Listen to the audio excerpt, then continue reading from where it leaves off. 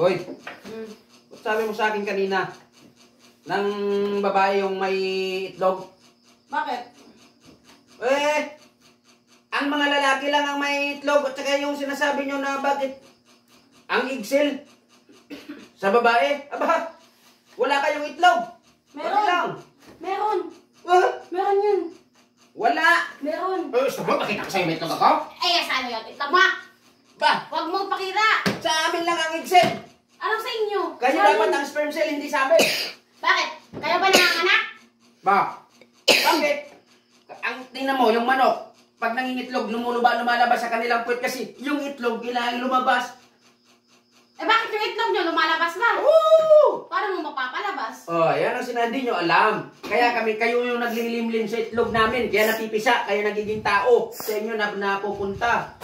Hindi. Akala nyo ba ito ang paliwanag ko? Paano nyo ngayon may papaliwanag sa akin? Paano mo masasabi sa akin na kayo ang igsil? Wala Kasi kayong ang itlog, babae. kami ang may itlog, kami may itlog, kami. Wala kayong itlog. Hindi yan itlog. Huh? Tawag dyan ay testes. Anong tistis ka itlog yan? Di ba? Ano ba sa English yan? Di ba? Di ba yan testes? Di ba? Testes English yan? Ano sa English ang itlog? Di ba? Egg? Eh, oo. So, kami mga babae may itlog. Kasi, tingnan mo ha, manok na babae, nangingitlog. Bakit? Ang lalaki ba, nakita mo bang nangitlog? Di ba wala? Ba, hindi. So, ang babae ang nangingitlog. So, Oh. ang babae ang may itlog. Kasi, ang manok na babae ay pinapalabas niya ang itlog. Oh. So, saan nanggagaling ang itlog? Di ba sa inahing, inahing manok? Hindi. Kagaya sa ating tao. Kayo lang may ubari.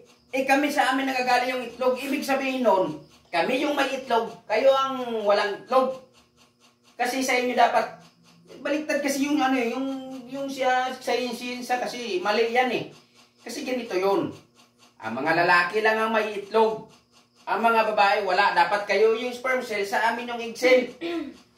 Kayo, ano ba pinag-aaralan nyo sa science? Di ba yan yung pinag-aaralan nyo? Ba't baliktad kayo? Kasi, ito, mahinahon lang, huwag kang panggalit. Wala Kalma ka kasi! Galit na nga! Kalma kasi! Kanina pa ako napapaliwanag dito na kami yung may itlog, kayo wala! Wala kayong itlog! Ano? Huwag ka! Pinapaliwanag sa science Ano? na ang babae ang may itlog. Dahil ang babae ay mayroong ovary na tinatawag. Ang lalaki ay mayroong testes kung saan nagtitipon-tipon lahat ang mga sperm cell nyo. Sa yang itlog na sinasabi nyo ay testes. Hindi yan itlog. Kasi sa English ng itlog is egg. Eh ano English niyan? Di ba? Testes Nako, sa iba. maghanap ka ba ng ibang magpapaliwanag? Hindi ako naniniwala sa'yo. Wala kang basihan. Kasi kami may itlog. Kayo wala. May itlog kami pero di makikita. Wala kayong itlog. Ako Meron. lang. Kami mga lalaki lang may itlog. Hindi yan itlog. Ay, tawag dyan. Bakit? Ang loob ba ng itlog ay puro puti lamang? Di ba merong yellow? Mayroon. Oh! May yellow ba kayo dyan sa loob ng Mayroon. itlog? Wala! Brown nga eh. Wala! Brown. Brown yun, hindi yellow! Ay, huwag mo na ako. Ako yung ama. Anak lang kita. O hindi ka naman naniwala eh. Ako, may itlog.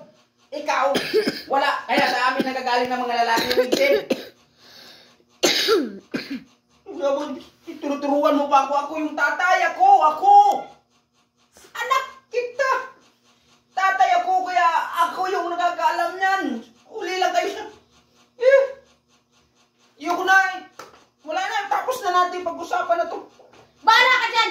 Basta akin, ang babae ang may itlog at ang lalaki ang may sperm. What? Huwag mo na akong kausapin! Nag-uumpisa ka na naman eh! What? Naku, hindi ayaw ko.